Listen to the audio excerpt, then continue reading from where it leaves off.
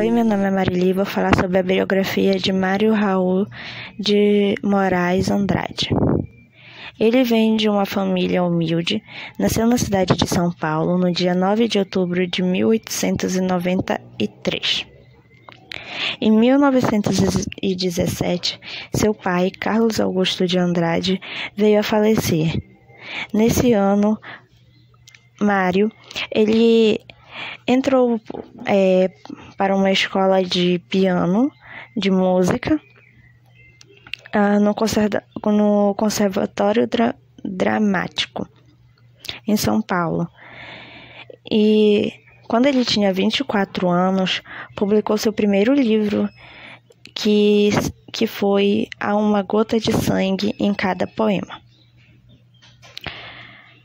Bom, em 1938, quando Paulo não trabalhava mais como diretor do Departamento de Cultura do município de São Paulo, ele mudou-se para o Rio de Janeiro, onde foi nomeado diretor do Instituto de Arte da Universidade do Distrito Federal. Ele voltou para a cidade natal dele em 1940. Onde começou a trabalhar na Expan. Poucos anos depois que ele tinha voltado, sua saúde começou a ficar frágil. Então, no dia 25 de fevereiro de 1945, aos seus 51 anos, Mário de Andrade faleceu em São Paulo, vítima de um ataque cardíaco. Mário de Andrade foi um escritor modernista, crítico literário, musicólogo. Seu estilo literário foi inovador e marcou a primeira fase modernista em São Paulo e no Brasil todo, sobretudo pela valorização da identidade e cultura brasileira. Algumas das suas obras que ele fez foi a de 1917, que foi Há uma gota de sangue a cada poema. Em 1922, ele publicou Pauliceia Desvairada. Em 1927, ele publicou O Clã do Jabuti, que ele queria contar a história de Minas aos brasileiros, filhos do luso e da melancólia. No ano de 1927, ele publicou Amar, Verbo Intransitivo, que conta a iniciação sexual de um adolescente como uma mulher madura, uma alemã contratada pelo pai do jovem. Em 1928, um ano depois da sua publicação do seu livro Amar, Verbo Intransitivo, ele publicou Macunaíma, que é o fruto do conhecimento reunido por Andrade, acerca das lendas e dos mitos e do folclórico indígena. E nesse mesmo ano, em 1928, ensaiou sobre a música brasileira, que era algo que ele gostava muito. Obrigada. Melancólia. No ano de 1927, ele publicou Amar, Verbo Intransitivo, que conta a iniciação sexual de um adolescente como uma mulher madura, uma alemã contratada pelo pai do jovem. Em 1928, um ano depois da sua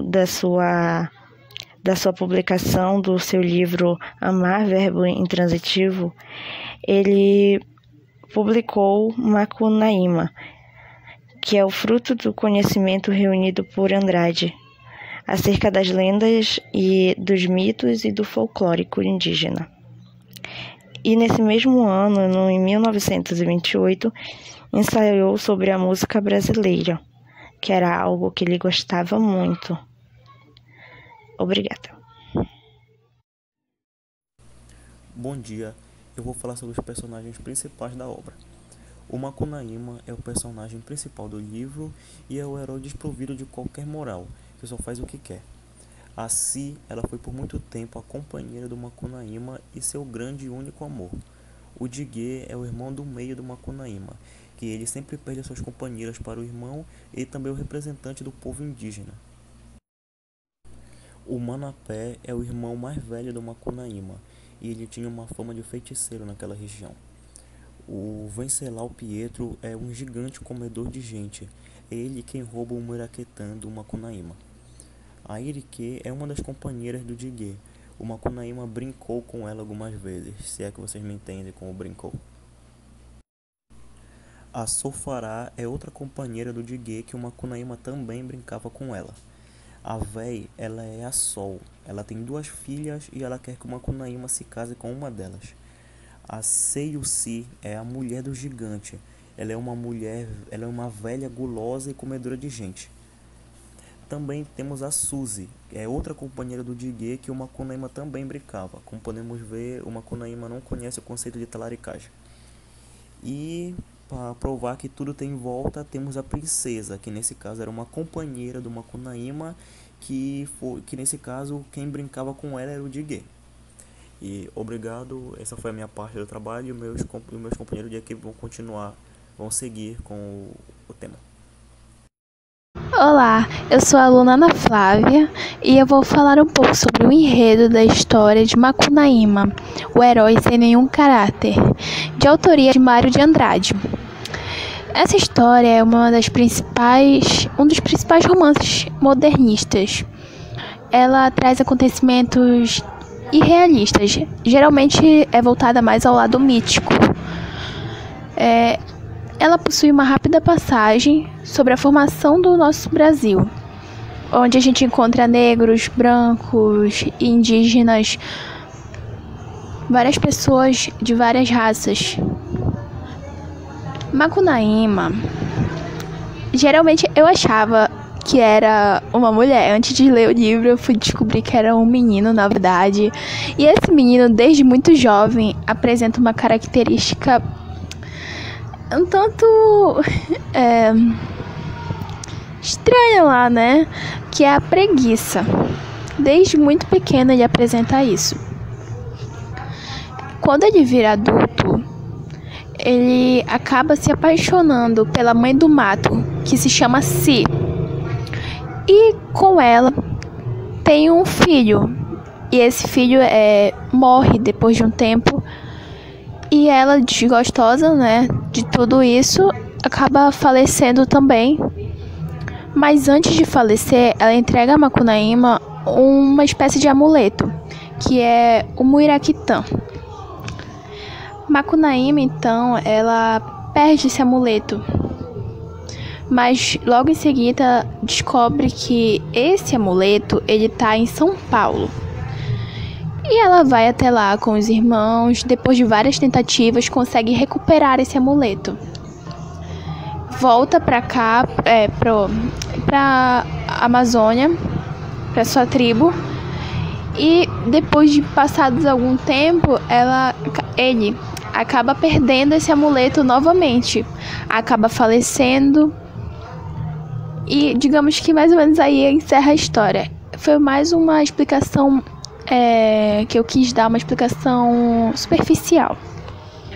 Mas com esse livro, esse livro é uma obra bem complexa. O autor, ele queria criar uma identidade para a cultura brasileira.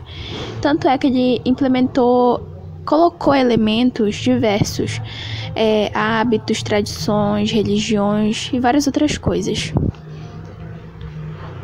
Olá, meu nome é Lucas Mateus e eu falarei um pouco sobre o livro Macunaíma. Este livro foi escrito a partir do conhecimento reunido por Mário de Andrade acerca das lendas e mitos indígenas e folclóricas brasileiras. E este livro não se prende somente à parte das lendas, ele também retrata contextos históricos. Um exemplo disso é na cena onde Macunaíma e seus dois irmãos se banham numa poça de água. Macunaíma se banha primeiro e se torna branco e louro. Jiguê, o segundo irmão, fica com a cor do bronze. E Manapê só conseguiu banhar a palma da mão e a sola dos pés. Estas mesmas ficaram brancas. Esta cena pode ser entendida como o símbolo das três etnias que formaram o Brasil: o branco europeu, o negro vindo da África e o indígena. Há também inúmeras referências ao folclore brasileiro. Uma delas se refere à oralidade e está presente no capítulo Cartas para as Icamiabas. Neste capítulo, Macunaíma ironiza o povo de São Paulo, que, segundo ele, fala uma língua e escreve em outra. Essa questão que Macunaíma ressalta se refere a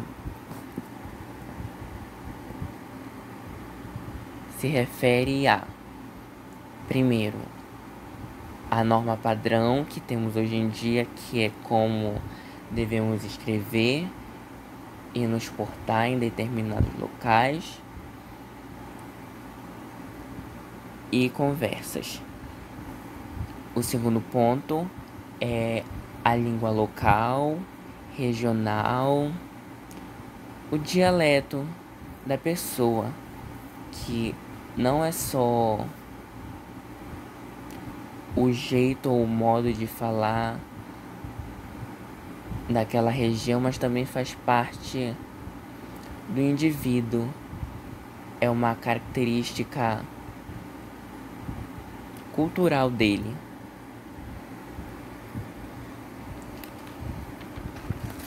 Também está presente neste livro o choque entre as culturas indígena e a cultura europeia / capitalista.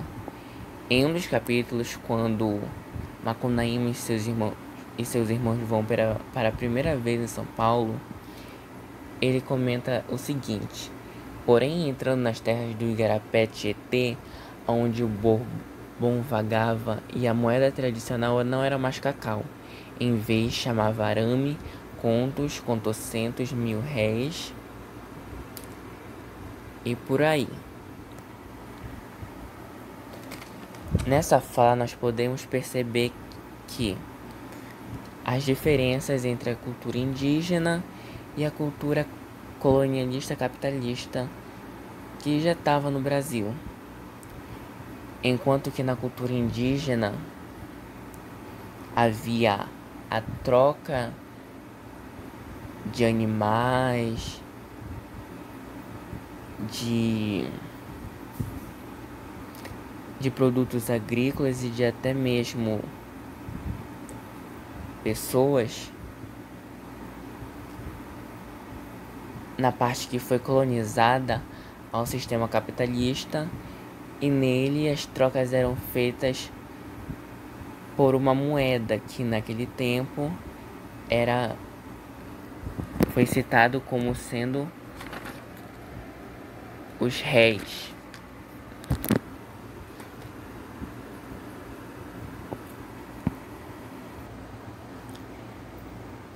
O livro Macunaíma também é uma tentativa de construção do povo brasileiro. No entanto, essa tentativa não era nova. Temos como exemplo o livro O Guarani de José de Alencar, que, se formos fazer uma comparação entre os personagens principais, Peri, ele é valente, perseverante e encontra suas motivações nos valores da ética e da moral, enquanto Macunaíma, além de indolente, conduz a maioria de seus atos movido pelo prazer terreno, mundano. É o herói sem nenhum caráter. Outro ponto é que o livro tem como base o terreno brasileiro. A geografia brasileira é a principal no livro. No entanto, nós encontramos no livro outros países presentes, como a Argentina e a Guiana, além de alguns outros que são citados. No entanto, o foco principal é o território brasileiro. E agora, falar um pouco mais sobre a obra Macunaíma, o que ela deixa, o que ela traz, a herança dela. Bom, Macunaíma é considerada um dos pilares da cultura brasileira, pois ela é uma obra que ela ajudou a criar uma nova originalidade do Brasil.